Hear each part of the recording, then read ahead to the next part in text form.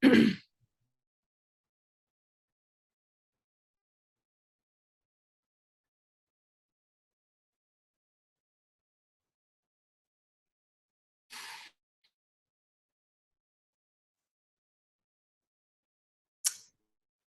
right. What's going on?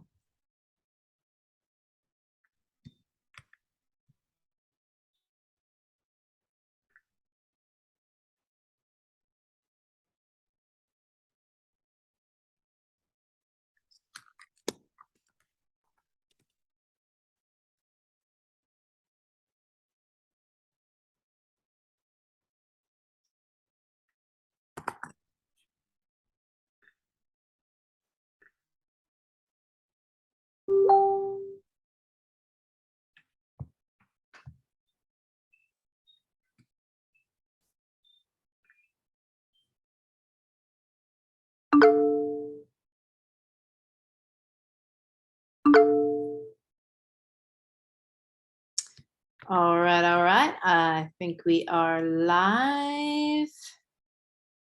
And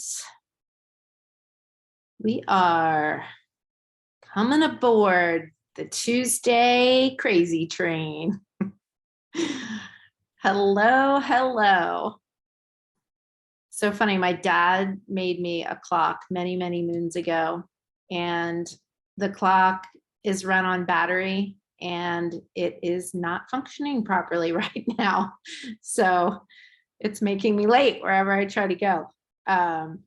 Anyway, I'm going to go ahead and get started. If you guys are joining me live, hey, Patty, and hello, Denise. If you guys are joining me live on Zoom, just make sure you're muted. And hopefully I am not muted. I don't think I am. But I'm going to go ahead and get started our little chit chat about trigger foods, because I think if I paint the scenario for you, you're going to probably relate to what I'm about to say. But I consider trigger foods to be what you would think of as a quote unquote bad food. They tend to be things that are salty, sweet, fatty, alcohol. And it's actually a food that usually can take you down what I call the rabbit hole, the spiral of uncontrollable binging. And binging might look different for different people, but overeating or over-consuming foods that are usually very calorie dense, that are sugary and fatty and salty. They're not necessarily comfort foods, but there are foods in which we as individuals know that it will take us down that spiral. Most often it becomes more of an emotional eating type of situation that will trigger out of control eating. So it's like you're sitting on the couch. I'll just relate this to a bad breakup, and you're kind of feeling sorry for yourself. So you break out the gallon or pint or whatever it might be of ice cream or the bag of chips, and you're just like diving hand first or spoon first into the bag or the container, and next thing you know, it's just gone. And then that sets you up for, well, I'm going to go back into the cabinet and see what else is in there. So I'm sure you can kind of relate to a situation like that. And another scenario would be like, you wake up in the morning with every intention of having a quote unquote good eating day. You skip stopping at Starbucks or McDonald's on the way to work. You're not going to eat the fast food with your coworkers at lunch. You take your lunch and you eat it. You stay away from the vending machine.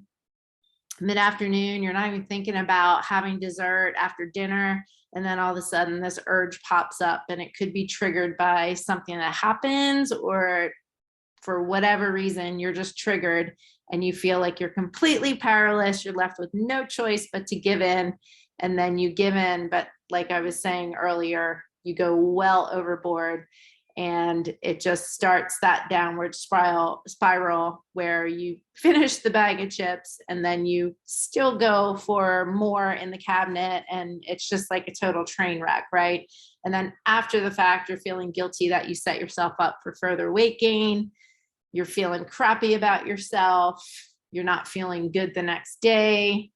And then you could be okay again the next day or 2 days, and then another irresistible craving comes upon you and the same thing happens and the cycle repeats and you're just sent down that trigger or the rabbit hole again. So we all know, or most of us probably do know, what those foods are that tend to fuel our cravings and send us into that tailspin. So the first thing would be identifying those trigger foods and then thinking about, okay, what can I do to avoid going back down that rabbit hole and breaking the cycle?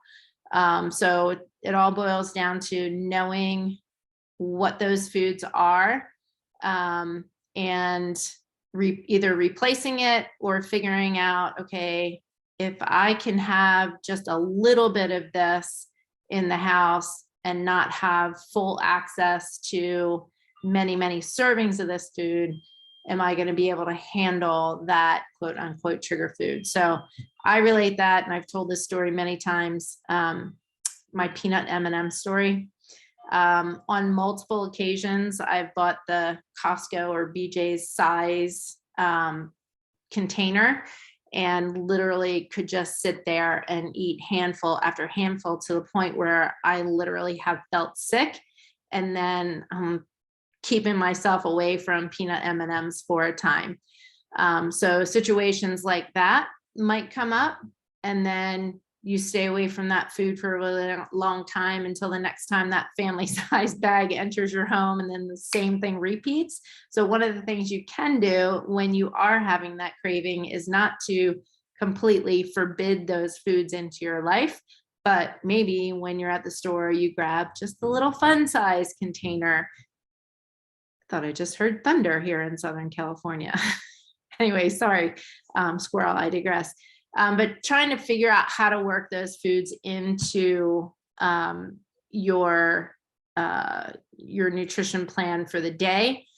Or you could figure out, okay, what are foods that I can replace these trigger foods with?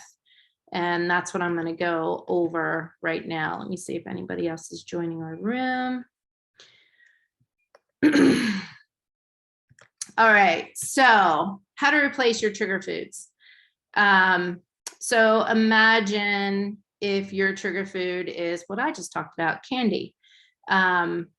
Because peanut M&Ms or any kind of candy bar is one of the most addictive trigger foods due to the amount of sugar, you can try to replace that with something that's similar, still gives you that sweet taste and lets you enjoy a little bit of that sensation, but isn't something that's going to totally send you down that rabbit hole. So that would be something like unsweetened dried fruit.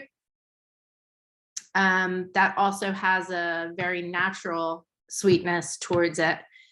You could also try replacing the candy with a piece of healthy fruit or even a protein bar. I've talked about Built bars many, many times over the last 2.5 years, almost 3 years since I started my nutrition journey.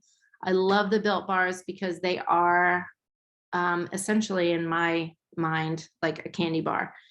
Definitely not that sweet, but the outsides are usually chocolate. They even came out with Built Puffs, which have a real like marshmallowy center. So just trying to eat things that are similar to candy, even in the shape of candy, but aren't necessarily candy. Trigger food number 2 would be like salty snacks. So your potato chips, your pretzels. I remember a long time ago, a boss of mine who owned a gym, he used to say, pretzels are a food of the devil, because you think pretzels are going to be better than potato chips. And while they may not pack as much oils and fatty oils, they're still full of carbohydrates. They're still highly processed. So don't kid yourself and think that pretzels are a healthy food if you were under that impression as well. But what you could do is make your own vegetable chips. I have gotten one of those micro, I think it's not a micro planer, like a micro slicer. KitchenAid makes them. Just be very careful and use the guard, because I did slice a portion of my thumb off when I was slicing sweet potatoes. But slice them very thinly, stick them in either the oven or the air fryer, spritz a little olive oil on top, or any kind of healthy oil, olive oil, avocado oil, coconut oil, and then sprinkle some salt on there. If you like more of a spicy salty, you can add your own seasonings on them. But eating something like that is definitely going to be better than eating potato chips. Or maybe you get one of those little microwave poppers and you pop your own popcorn versus using the stuff that comes out of the bag in the grocery store. So just another thought on salty foods. That is thunder. Holy crap. Anyway, trigger food number 3, sweet drinks. So sodas. Sodas are typically made with high fructose corn syrup. And then also, I mentioned Starbucks earlier. Most of the coffee drinks, and it's great because they actually have to list the calories on them, but they are full of sugar. So if I'm going in, and right now I know there's a lot of pumpkin drinks right now, I will just ask them what they have that's sugar-free. Or if I do want to do something that they have that's not sugar-free, instead of the 4 to 8 pumps that they generally put in there, I'll just ask them for 1. So definitely cutting back on the number of pumps for those. Or, you know, there are 2 sides of the fence with diet soda. I was under the impression that, you know, you really shouldn't be drinking any of that. But honestly, if it boiled down to drinking 1 Diet Coke or 1 regular Coke a day, if that's something that you enjoy, I would prefer to drink the Diet Coke than drink the regular Coke. So I think it would take a lot of aspartame to be a problem for you. You know, think about that too. You can also use 0-calorie iced teas and just sweeten with stevia or fruit slices. You can sweeten your water with different things.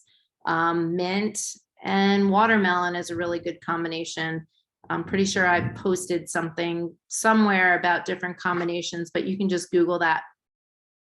Flavored seltzer waters are also a good option. Add your own lime and orange wedges if you like the fruit in there. That goes the same with alcohol, right? So you can always, instead of drinking the alcohol, you can pretend you're drinking alcohol. They even sell canned water now called Liquid Death, which I love because it has skulls on it. But you can find other alternatives when you're out and about. And if you are a mixed drink person and you are out and about and you don't want to feel like the ostracized person of the group, get yourself club soda, throw a lime or a splash of cranberry juice in there, and nobody needs to know that that's not alcohol. So definitely cutting down on the sugar in a lot of those mixed drinks by using flavored seltzer waters. Trigger food number 4 would be fried foods. So very, very common to have a weakness for fried foods. Funny story, my daughter's stomach wasn't feeling well on Sunday we were going to a concert and she was just craving a burger and fries. There's just something about when you're either hungover or your stomach doesn't feel great, that you crave fried foods, the greasy hamburger and French fries. So you can try to make your homemade version of those foods by using your air fryer, baking them. You can even use your oven's broil setting. So if you're looking for French fries, you can cut up sweet potatoes. Even white potatoes are going to be better than what you're going to get out and about if you're going to use them in an air fryer, because you can control the fat you're cooking them in and how you're seasoning them, and just bake them till they're crispy, and that may satisfy your craving. Trigger food number 5, baked treats. Oh gosh, how about it, right? There is nothing like a warm cookie or a warm brownie that comes right out of the oven. That is the worst time for me, for sure. It's really the only time that I will eat those kind of things if they're in my house is when they're just coming out of the oven, or if they're homemade. I always say, is it worth it? If it's warm and it's gooey, then it's worth it. But they are definitely hard to avoid sometimes, especially if they're in your house and there may only be a couple of you living in the house nowadays. What you can do is still make those foods and then freeze them, or you can make those foods and find a recipe that uses almond flour or coconut flour, and also different kinds of sugars. So coconut sugar, I think there are a couple other different sugars out there, and my brain is not remembering them right now, but just look at different sugar alternatives. I will warn you, however, sometimes it is not a 1-for-1 replacement. So just make sure you're looking at the internet and doing your research on how to substitute something like coconut sugar for regular white sugar. If you do those substitutions, your carbs will be a little bit lower, a little bit healthier, and most likely going to be a little bit less addictive. So keep those things in mind. But in all, once you kind of start removing, and it's mainly the sugar that we crave, right? Sugar, salt, alcohol, but mostly sugar is super addictive. So if that's you, just try not to keep that much in the house. Maybe you just run out. I always, oh, okay, that was lightning. Sorry. Again, this is something that we don't experience much in Southern California. You all probably heard that. Anyway, if you don't eat junk food, you're not going to crave junk food. So try to replace your trigger foods with whole food substitution so that you can repetitively have good days instead of your quote unquote bad days. So the other thing to keep in mind too is if you are exercising always makes it easier to be focused on eating healthy. And when you eat healthier, it also makes you more likely to exercise. It's kind of like catch-22 both directions. So just start to change your habits. And if you put some things in place, like we just spoke about, replacing trigger foods, and then you on occasion just go out and get that ice cream cone instead of having a gallon of ice cream on hand, you'll be more inclined to set yourself up for success.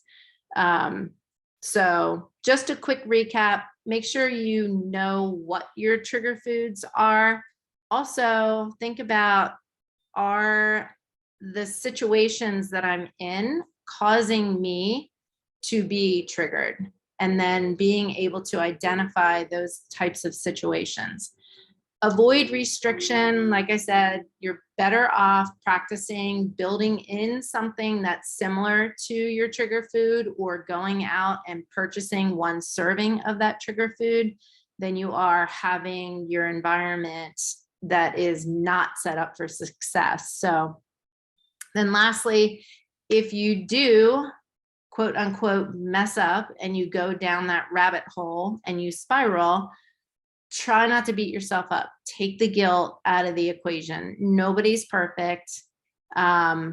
You're gonna have times where you're gonna eat the cake, and that's okay, as long as you're not eating 8 servings of cake, and as long as you're not eating the cake every day. So resorting to extremes never works. Keep that in mind. That is taking you back into that all or nothing mindset, which never works long term. And then the last thing you can do is just kind of take a pause before you know you're going to make that decision and ask yourself, is it worth it? Is it worth it to me to potentially lead myself down this rabbit hole where tomorrow I'm going to wake up and I'm going to feel like crap about myself? So I think I posted that over the weekend. You know, a lot of times it's that instant gratification, and then how we respond to our behaviors and our actions is not in a positive way. So immediate gratification almost never works long term when it comes to anything, whether it's saving for something, whether it's, you know, weight loss. Think about it. Long-term goals or instant gratification. Do the two line up? So that's all I have for my little Facebook training. I'm going to open it up to questions. So let me know if you have any questions on the Zoom in regard to that. And then I'm just going to check Facebook to see if anybody has any comments or questions. I can't believe that lightning. It scared the crap out of me. Idel, any questions for me, girlfriend? She's out there in Facebook land. Patty, any questions for me? Regards to trigger foods, you have to unmute yourself. Bottom left corner.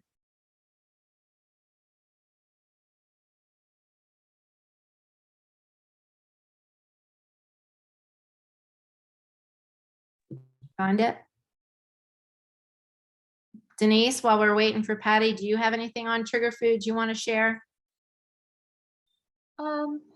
Not really. I mean, I was just thinking about, as you were talking, like, I feel like everybody's got their thing, you know, like I'm definitely a salty, crunchy person. You know, I've never been one to eat the sleeve of cookies. Like I know that people do that, and I just never, like, I see how easy it can be to do that, but I was not that person. Now give me a bag of chips and I will decimate that. So it's interesting how everybody's got their thing, and mine's always been salty, crunchy. I will say though, my bestie, her daughter makes these chocolate chip cookies, and I have no idea what she does, but we actually call them crack cookies because you can't have a couple. So when I was back in September, she said to me, "Oh, I was going to make you crack cookies for your birthday." And I said, "Allie, you know what? I really appreciate that, but just don't." Yeah. And, you know, I'll be better off for it. She is an amazing baker. So as much as I can say crunchy, salty is my favorite, I would much rather sit down and house an open bag of chips than cookies like you. But Yeah. there are certain things like my mom and my bestie's apple pie, the crack cookies, where I will literally, like, I remember one time specifically that she had made me these little, almost like little apple turnovers. This is my bestie's daughter. And there were like 8 of them. And I'm like, I'm just going to eat all these things so I can get them out of the house instead of like throwing them away. Like, hello. But I felt so guilty doing that. So, what could I have done? I could have stuck them in the freezer and maybe allotted one thing per week, maybe that was my Sunday evening treat. Or one of the other things that I couldn't manage was Costco makes an amazing homemade granola. And one would think that granola is healthy. It's not. There are so many carbohydrates and fat in granola. It's insane. So Yeah. when somebody always says, "Oh, I put granola in my yogurt," I'm like, how much granola are you putting in there? Because I mean, it adds up fast. It's just one of those really calorie dense foods that you're not getting a whole lot of nutrients out of. So I used to get that huge container at Costco, and I would put them in little snack size baggies, and then I would stick them in the freezer. So then I was kind of pacing myself, but then sometimes I would go in the freezer and just pull another bag out. It's like, all right, you know what? I can't buy that anymore. So it's really understanding what those foods are for you, and then either not buying them or not buying as much. Yeah. And if I go out to dinner, a lot of times if there's creme brulee, it's my favorite dessert, one of my favorite desserts. I'll get it just because it's there and it's my favorite and it's worth it. And if I see it on the menu, what I choose for my dinner might be a little different, so that I can have that creme brulee and not feel like I've blown everything out of proportion. So just some things to keep in mind. Patty, did you figure out how to get yourself off mute? Did you have anything you want? Yep, here I am. Hey, okay. What were you gonna say? I'm basically the same thing. Sweets isn't really an issue. In fact, I had to make cookies for church, and I ate one just to test them, and it just makes me feel yucky. So, but that's they can sit there until I take them to church, and I won't eat them. But it's mostly salt, anything salty. So it's funny, I'm not a huge food salter, and sometimes I think that maybe that's why I crave the salty, crunchy. I used to rarely salt my food. I was just brought up that way. My mom was very conscientious about salting food. So my taste buds are super sensitive to sweet and salty. So I have started salting my food a little bit, mainly to help me retain a little bit of water too, especially if I'm out riding. And I don't know, I don't find that I really crave those things. And if I do, I'll go to the convenience store. We don't have Wawa out here. And I'll just get a small bag of chips, and then it's over. So Oh, now see, that would make me feel yucky afterwards too. a little bit. Somebody told me a trick to do is put a little bit of dampen your finger a little bit and put a little bit of salt on your finger just to get rid of the urge, Oh, there you go. That's an idea. because then you don't have a carrier. Yeah, for sure. Or you, like I said, you make the carrier something else, like make your own salty. Right. I Put was on celery. with sweet potatoes. I would just get a sweet potato and create my own chips, and they were pretty good. Or kale chips. Sounds disgusting, but they're actually pretty good if you season them right. Also, Brussels sprout chips. It's just a pain to make them because you got to peel all of those leaves off, but they're pretty tasty. Yeah. How about you, I Karen? do the kale chips a lot. Kale chips Do you are my make them favorite. or do you buy them? I make them. No, Yeah. I make them. You're I literally just spray olive oil on, like a cookie sheet, and I'll spread them out and like on one layer, and then spray them with olive oil and season them. Like I'll change up the seasoning every now and then. Salt, pepper, garlic powder, or everything but the bagel seasoning, And then bake them on 375 for, I don't know, like 10, 15 minutes. Depends on your oven, but they're so good. So where do you get the small, or do you not use the small kale chips? I've bought them before. I just like, I've never bought the kale chips. I'll just like Buy I kale. buy fresh kale. Yeah. And you cut it. Okay. I haven't tried it. Mm-hmm. I should try it Yep. because they are yummy. Yeah. I've gotten them from Trader Joe's, but the thing is sometimes they put some weird oils in there. So you just have to be careful about that. Yeah, that's why I like doing it myself. Yeah, you're always better making your own stuff. Mm-hmm. All right, I am actually going to sign off of Facebook unless anybody in the Facebook crowd has anything for me. I don't think so. And then we'll get on with our group call.